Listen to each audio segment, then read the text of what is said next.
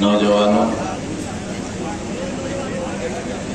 خاص طور سے بزرگ صاحبان اور علماء حضرات جو یہاں تشریف رکھتے ہیں، میری بہنیں، اور اسٹیج پر سماجوادی پارٹی کے نیتا ہی نہیں بلکہ ہمارے دل سے بہت قربت رکھنے والے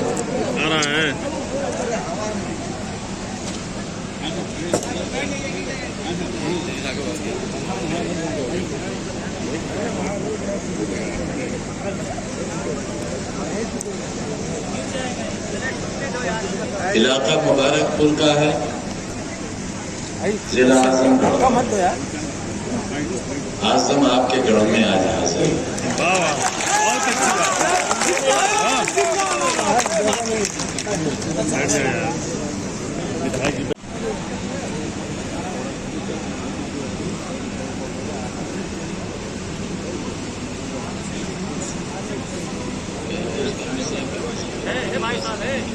جو بھیا پیچھے میڈیا سے ہم نے بنایا کون بنایا ڈسٹرب ہو جائیں گے۔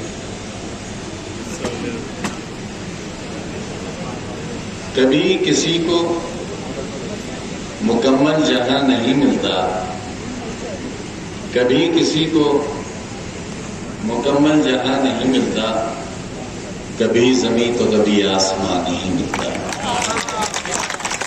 مگر میری نگاہ میں یہ شعر صحیح نہیں ہے، کیونکہ اس شعر میں مایوسی ہے، ناکامی ہے، اور ناکامی کا اقرار ہے جو انسان کی فطرت کے خلاف ہے۔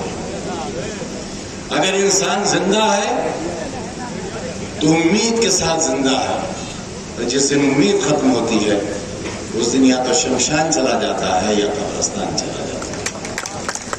لہذا اس شعر کو بدلا ہے میں نے، اور اس طرح کہا ہے: اگر یقین ہو محکم اور عمل بہم۔ یہ مبارک پور کی نظر ہے، کیونکہ یہی سمجھا جا سکتا ہے۔ اگر یقین ہو محکم اور عمل پہ ہم، زمین بھی ملتی ہے اور آسمان بھی ملتا ہے۔ اگر یقین ہو محکم اور عمل پہ ہم، زمین بھی ملتی ہے اور آسمان بھی ملتا ہے۔ عزیزو، ایک لمبی تکلیف کے بعد، جسے ہم جدوجہد نہیں کہیں گے، سنگھرش نہیں کہیں گے، کوئی ظلم کا دور تھا اور ہے، ابھی ضمانت پر ہوں، بری نہیں ہوا، کسی مقدمے میں بھی بری نہیں، اور جتنے مقدمے ہیں ان میں عمر قید کی سزا ہے، اور مقدموں کی تعداد سینکڑوں میں۔ میں مجرم ہوں، میرے بیٹے، میری مری ہوئی ماں، میری بیوی، میرے رشتہ دار، میرے رفقا، میرے ضلع کے لوگ، غریب لوگ، کمزور لوگ آج بھی جیلوں میں ہیں۔ بہت سی دفعات ایسی ہیں جن کی میں آج بھی ان کی ضمانت نہیں ہو سکی۔ رامپور کی جیل میں بھی ہیں، مرد آباد کی جیل میں۔ رامپور کے لوگ رامپور اور مرد آباد میں ہیں، اور مرد آباد کے میری حمایت کرنے والے لوگ رامپور کی جیل میں ہیں۔ میں آپ سے اس کے بدلے میں اور اس کے عوض کچھ مانگنے نہیں آیا، کیونکہ مجھے جو کچھ ملا ہے وہ نفرتوں کے نتیجے میں ہے۔ آج پورا ملک جس کی سزا پا رہا ہے۔ بیج ایک بویا تھا نفرت کا، پودے بہت سے نکل رہے ہیں، پھر اس کے اندر پھل آئے، ان پھلوں میں بیج آئے، اور اب حالت یہ ہے کہ نفرتوں کی کھیتیاں کاٹی جا رہی ہیں۔ طے آپ کو کرنا ہے ملک کا مستقبل کیا ہوگا۔ ہماری بے حسی کا انجام صرف ہمارے لیے برا ہوگا یا پورے ملک کے لیے برا ہوگا؟ ہو سکتا ہے برادران وطن برداشت کر لیں لیکن مبارک پور کے لوگوں، جو گھرنا، یہ ہندی کا ایک ایسا شبد ہے جس کے بڑے گہرے مطلب ہیں. ہیٹریڈ، نفرت، اس میں وہ مزہ نہیں آتا اور وہ مانویت نہیں ہے جو گھرنا شبد میں ہے. جو گھرنا ہے نقاب سے، جو گھرنا ہے شکلوں سے،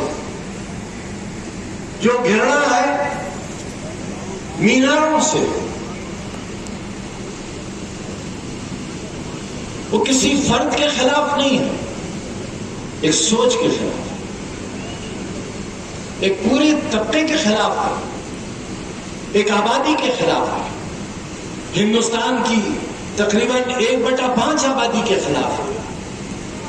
میں نے اکثر کہا ہے اگر کسی صحت مند شخص کے جسم کو لقوہ لگ جائے اور اس کا 1/5 حصہ لقوہ زدہ ہو جائے، اسے صحت مند انسان نہیں کہا جا سکتا، مفلوج ہو جائے گا، بیکار ہو جائے گا، نہ وہ سوچ سکے گا، نہ وہ چل سکے گا، نہ وہ بول سکے گا. ہندوستان ایک جسم ہے، احساس بھرا جسم، اس کی سانسیں ہیں اپنی، اس کے سینے میں دھڑکتا ہوا دل ہے، اس دل پر وار کیا ہے، ایک زہریلا خنجر مارا ہے اس کے دل پر، اور اس کا دل زخمی ہے. اگر ہندوستان کے 1/5 حصے کو لقوہ لگ جائے، ہندوستان کو کوئی صحت مند ملک نہیں کہے گا. کون ہے ذمہ دار اسے بیمار کرنے کا، اسے اپاہج کرنے کا، نفرتوں کا بازار گرم کرنے کا، انسان کو انسان کا دشمن بنانے کا؟ کہیں جانور کے نام پر، کہیں گوشت کے نام پر، کہیں لباس کے نام پر، کہیں کاروبار کے نام پر، کہیں سوچ و فکر کے نام پر، کہیں پوجا اور عبادت کے نام پر.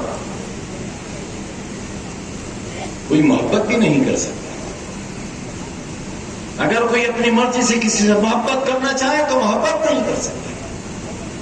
اگر اپنی مرضی سے کھانا چاہے تو کھا نہیں سکتا. اپنی مرضی سے سانس لینا چاہے تو گیس کا سلنڈر نہیں ملتا، آکسیجن غائب ہو جاتی.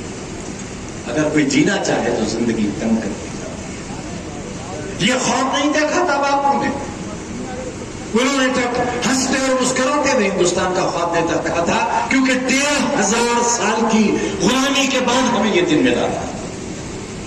کیا دن ملا تھا؟ کہ 1947 میں ایک جسم کے 2 ٹکڑے کر دیے تھے اور 2 ٹکڑے آگے بڑھ کر 3 ٹکڑوں میں تقسیم ہوئے، کیونکہ بنیاد غلط رکھی گئی تھی. جس عمارت کی بنیاد ٹڑی ہوگی کبھی وہ عمارت سیدھی نہیں ہو سکتی. ہندوستان کی آزادی کے وقت جن لوگوں نے اس کی بنیاد ٹیڑھی رکھی ہے وہ سیدھی عمارت کی امید اگر کریں گے تو غلط ہو. کون تھے یہ لوگ؟ کون تھے؟ کیا مولانا آزاد ذمہ دار تھے؟ نہیں، مولانا آزاد ذمہ دار نہیں تھے. مولانا آزاد آخری سانس تک ہی کہتے رہے کہ میرا جسم بڑھ سکتا ہے، ملک نہیں بڑھ سکتا. لیکن ملک بڑھ گیا. کسی نے نہیں سنی مولانا کی. خان عبدالغفار خان باپو کے پاس آئے اور کہا باپو یوٹیوب انگریزی کے اتہاس میں یہ جملہ لکھا ہے کہ غفار خان نے کہا باپو یوٹیوب یعنی تم بھی تیار ہو گئے ملک کے بٹوارے کے لیے، تم بھی تیار ہو گئے. یقین نہیں تھا کسی کو. یہ کیوں ہوا؟ اس لیے کہ اس وقت 2 جیت نیتا جن کا میں نام یہاں نہیں لوں گا کیونکہ میں ان بڑے لوگوں کی رسوائی نہیں کرنا چاہتا، باپو کے پاس گئے اور کہا باپو تاریخ میں نام آپ تلاش کرنا، ان کی یہ ذمہ داری آپ کی ہے، میں اشارہ کر کے جاتا ہوں. اور باپو سے کہا کہ باپو ہندو یہ کہتے ہیں کہ تم مسلمانوں سے ڈر رہے. اتہاس کار لکھتا ہے کہ یہ وہ لمحہ تھا جب باپو واقعی ڈر گئے اور ہندوستان کی تقسیم کے لیے تیار ہو گئے. بہت بد نصیب دن تھا جس دن باپو ہندوستان کے بٹوارے کے دن تیار ہوئے تھے، اسی دن باپو کی ہتیا کی کا منصوبہ تیار ہو چکا تھا اور اس پر عمل نہیں ہوا. کتنے بد نصیب ہیں، نعرہ لگاتے ہیں باپو ہم شرمندہ ہیں، تیرے قاتل زندہ ہیں. کتنی کھوکھلی آواز ہے ہماری، کتنا کھوکھلا سینہ ہے ہمارا. ایک ایسا جسم لے کر جیتے ہیں ہم جس میں دل نہیں ہے، احساس نہیں ہے، غیرت نہیں ہے، شرم نہیں ہے، حیا نہیں ہے. اس کا نقصان ہمیں ہو یا نہ ہو، آنے والی نسلوں کو ہوگا. کیا کہا تھا سر سید احمد خان نے؟ انہوں نے کہا تھا میرے بزرگوں تم تو مر جاؤ گے جہالت کو لے کر، تم تو مر جاؤ گے لیکن تمہاری آنے والی نسلیں تمہاری قبروں پر ٹھوکریں مارے گی، تم قبروں میں تڑپا مرو گے لیکن کچھ نہیں کر سکو گے. یہ غلطی کی تھی میں نے. اس علی گڑھ میں پڑھا تھا میں جہاں میں نے ایک شعر سنا تھا کہ چشم سید نگراں ہے کہ پھر اٹھے شاید، چشم سید نگراں ہے کہ پھر اٹھے شاید کوئی دیوانہ علی گڑھ کے بیابانوں سے. اور اس وقت طالب علم زندگی میں نے یہ طے کیا کہ اے میرے مالک اگر یہ توفیق مجھے مل جائے تو میری زندگی کامیاب ہو جائے گی. کہ وزیر رہتے ہوئے میں نے، میری اسسٹنٹ پروفیسر بیوی نے، میری اولاد نے جو ایم ٹیک ہے، وزیر رہتے ہوئے، ارے ہندوستان چلانے والوں، اتر پردیش کے محافظوں، دیش کو دنیا کے سامنے وشو گرو بتانے والوں، کم سے کم اپنے گریبانوں میں منہ ڈال کر اگر شرمندہ نہیں ہو سکتے تو کم سے کم ایک لمحے کے لیے احساس شرمندگی تو کرو. کہ وزیر رہتے ہوئے میں نے، میری بیوی نے، میرے بچوں نے شراب کی دکان لوٹی تھی. شراب کی دکان، بوتلیں لوٹی ہم نے، 16,000 روپے کا گلہ لوٹا ہم نے چوری کس کی نہیں، کڑائی، مرغی، بکری، بھینس، کتاب، فرنیچر اور دفعہ کی لگی. ڈکیتی کی 395 کی. ہوا کسی کے ساتھ؟ غلام ہندوستان میں بھگت سنگھ کو پھانسی دی گئی لیکن عدالت کے ذریعے. دنیا کا قانون بدل گیا کہ تنہا نہیں رکھا جا سکتا کسی قیدی کو 3 مہینے سے زیادہ، سولیٹری کنفائنمنٹ نہیں ہو سکتا. پوری دنیا کا قانون بدل گیا. کیوں بدل گیا؟ اس لیے کہ ظالم حکمرانوں نے، تاماشاہوں نے اپنے خلاف اٹھنے والی ہر آواز کو دبانے کے لیے قتل کا سہارا نہیں لیا. قطب شہید کی طرح جسم پر کتے نہیں چھوڑے گئے، بلکہ ان لوگوں کو جو عوام کے بیچ رہتے تھے، جو عوام کی تقدیر کو مالک کے حکم سے بدلنا چاہتے تھے، ان کو تنہائی میں ڈال دیا. کیونکہ تنہائی کی زندگی موت سے زیادہ بدتر ہے. میں مار دیا جاتا، میرا قتل کر دیا جاتا، مجھے پھانسی دے دی جاتی، اتنی تکلیف دہ نہیں ہوتی جتنی 27 مہینوں کی وہ تنہا راتوں کی تنہا گرمیاں میری سزا کے طور پر طے کی گئی تھی. میں پوچھتا ہوں آج سے، کیا معلوم ہے آپ کو بھگت سنگھ کو جس جوری کو پھانسی دینا تھی اس میں ایک مسلمان صاحب بھی تھے، سہارنپور کے مسٹر حیدر. انہوں نے انگریزی حکومت کی بات نہیں مانی. میں سکھ بھائیوں سے کہتا ہوں، سکھ بھائیوں، اگر کوئی یہاں موجود ہے تو، اور نہیں موجود ہے تو، اورنگزیب تو یاد ہے انہیں لیکن جسٹس حیدر کیوں یاد نہیں؟ جنہوں نے حکومت ملیشیا سے وعدہ نہیں کیا، بات نہیں مانی، انہیں انعامات و اکرامات دیے جانے طے تھے، انہیں لالچ دیا گیا خان بہادری کا، سر کا خطاب دینے کا، زمینیں اور جائیداد و جاگیر دینے کا. لیکن جسٹس حیدر نے یہ خط لکھ کر کہ بھگت سنگھ معصوم ہے، بے گناہ ہے، آئی ایم اے جج ناٹ اے بچر، میں جج ہوں، قصائی نہیں ہوں، یہ کہہ کر جسٹس حیدر نے اپنے عہدے سے استعفا دے دیا. جج کی کرسی خالی ہو گئی اور اس خالی کرسی پر جو بیٹھا وہ مسلمان نہیں تھا. آج ہندوستان کے چند بڑے رئیسوں میں ان کا اور ان کے پریوار کا نام آتا ہے. انہیں کرسی پر بیٹھایا گیا اور پھر بھگت سنگھ کو پھانسی دی گئی. وہ پھانسی کا لکھا گیا. جسٹس حیدر نے استعفا دے دیا لیکن بھگت سنگھ کو پھانسی کا حکم نہیں دیا. اور آج ہم سے کہا جاتا ہے کہ ہم کون ہیں, ہمارا پتہ کیا ہے, ہم پیدا کب ہوئے, ہماری ڈیٹ آف برتھ کیا ہے. یہ ڈیٹ آف برتھ سماج کے دشمن طے کریں گے, ماں کی کوکھ طے نہیں کرے گی, ماں طے نہیں کرے گی, ظالم طے کرے گا.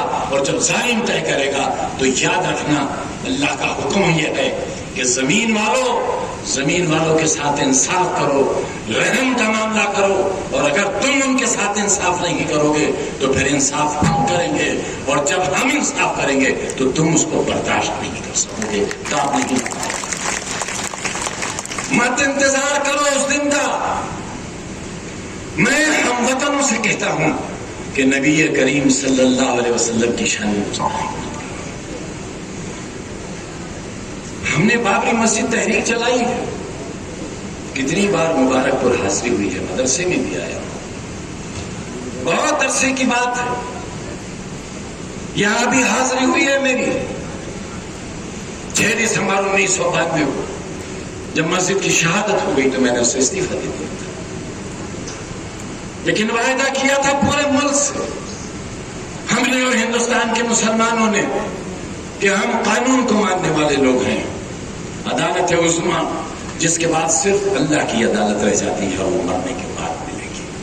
اور مرنے کے بعد بھی جب روز حساب آئے گا تب وہ عدالت لگے گی جو آخری عدالت ہوگی. لیکن زمین کی آخری عدالت نے جو فیصلہ دیا اسے ہندوستان کے مسلمانوں نے تسلیم کیا اور کوئی اعتراض نہیں کیا کہ یہاں رام مندر بنے.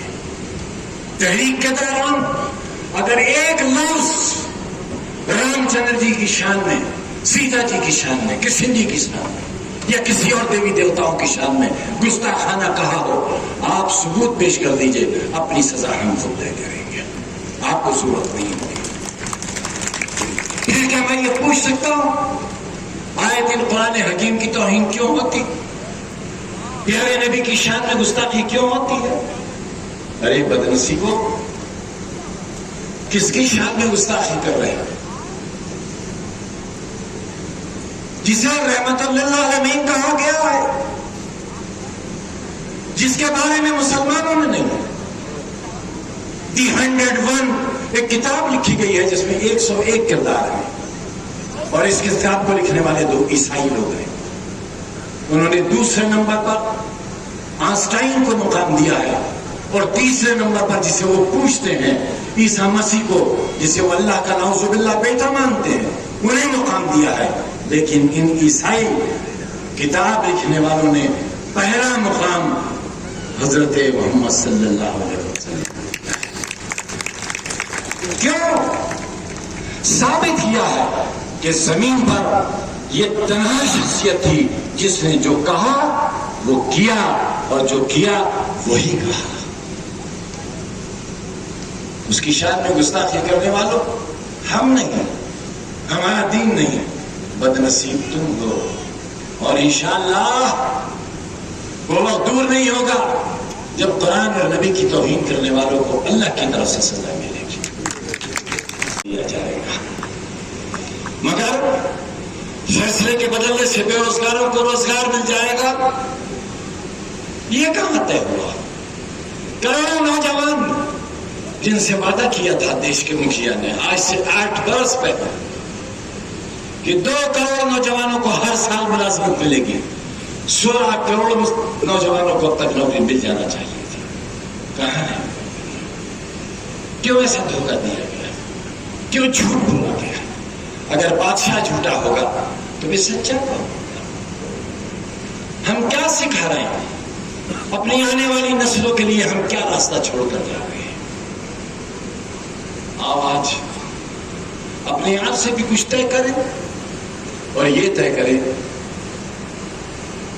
کہ ہمیں ایک منتشر زندگی گزارنا ہے یا متحد فیصلہ لینا ہے.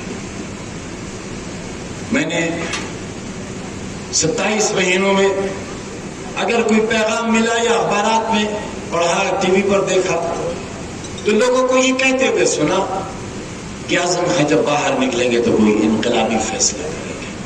میں تیار ہوں، میں انقلابی فیصلے کے لیے تیار ہوں.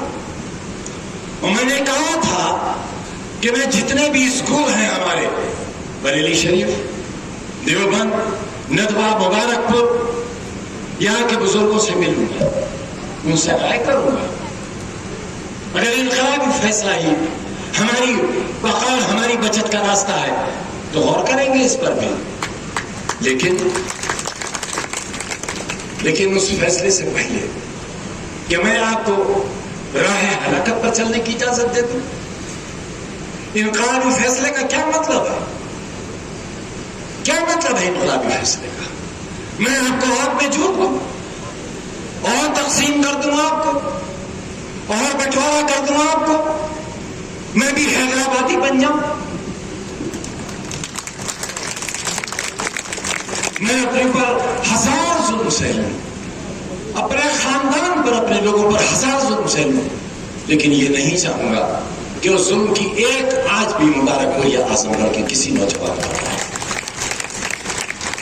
میں بھی کر سکتا تھا، کم سے کم میں اپنے شہر رامپور میں اپنے خلاف ہونے والے ظلم پر لوگوں کو سڑکوں پر لا سکتا تھا، لیکن میں نے ایسا نہیں کیا. میں جانتا تھا کہ اگر لوگوں کو میں سڑکوں پر لایا تو گولی چلے گی اور پھر میں زندگی بھر ان لاشوں کا حساب نہیں دے گا. ہر ظلم برداشت کیا، لیکن کسی کو کھروچ نہیں آنے دی، کسی پر اپنے نام سے کوئی ڈنڈا نہیں اٹھنے دیا.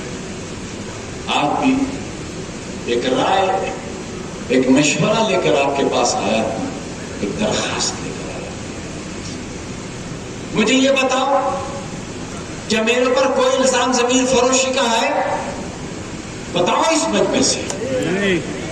ملت فروشی کا کوئی ہے؟ اپنے آپ کو کہیں بیچا ہے، اس کا کوئی الزام ہے؟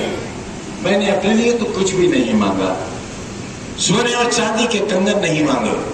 آج بھی محلے کی ایک پتلی سی گلی میں جس میں آپ کی موٹر نہیں جاتی، اس میں رہتا ہوں.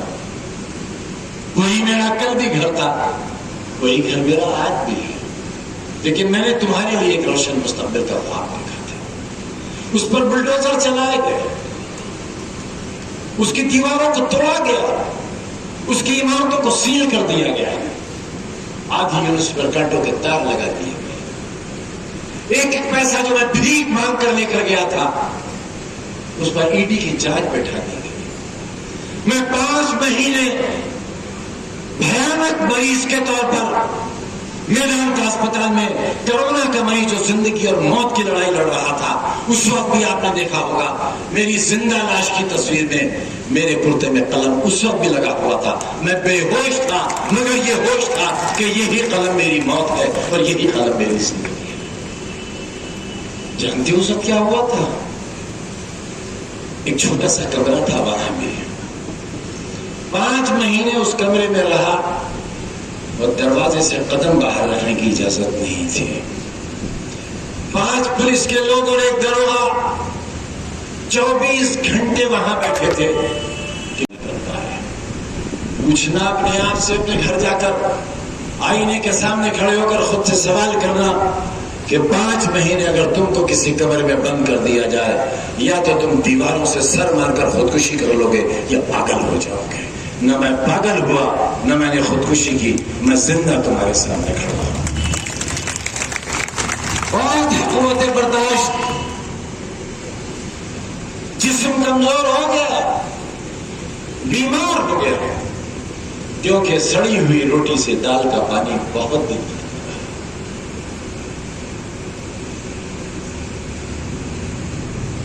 یہ ہوا ہمارے ساتھ ہمارے وطن میں، ہمارے مادر وطن میں، اس وطن میں جو 47 سے بٹ گیا، اس وطن میں جہاں مجھے اور تمہیں پاکستان جانے کی اجازت تھی،